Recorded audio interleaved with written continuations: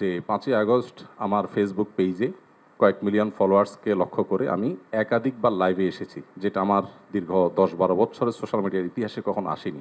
প্রত্যেকটি লাইভে আমি চেষ্টা করেছি এদেশের সর্বশ্রেণীর সাধারণ মুসলমান সহ অন্যান্য ধর্মাবলম্বীদেরকে শান্ত রাখবার আহ্বান করার জন্য।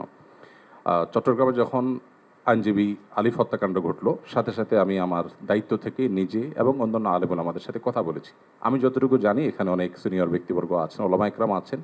এদেশে ওলামা একরাম সবসময় সম্প্রীতি এবং শান্তি বজায় রাখার জন্য তারা কাজ করে চলেছেন, এবং আমার জানা মতে ওলামা একরাম রিনাউন্ড কোনো আলেম কখনো অন্য ধর্মাবলম্বীদের কোনো প্রকার শান্তি বিঘ্ন সৃষ্টি করার মতো কোনো কাজ, কোনো আহ্বান, কোনো উদ্যোগ তারা কখনো নিয়েছেন বলে আমার জানা নেই। পৃথিবীর অনেক দেশে যারা আমাদেরকে সকাল বিকাল নসিহত করেন, আমি তাদের প্রতি শ্রদ্ধা রেখে বলছি, সেখানে যেরকম আমরা দেখি দলে দলে মানুষ গিয়ে বিভিন্ন ধর্মাবলম্বীদের উপাসনালয়ে হামলা করে, আমাদের দেশে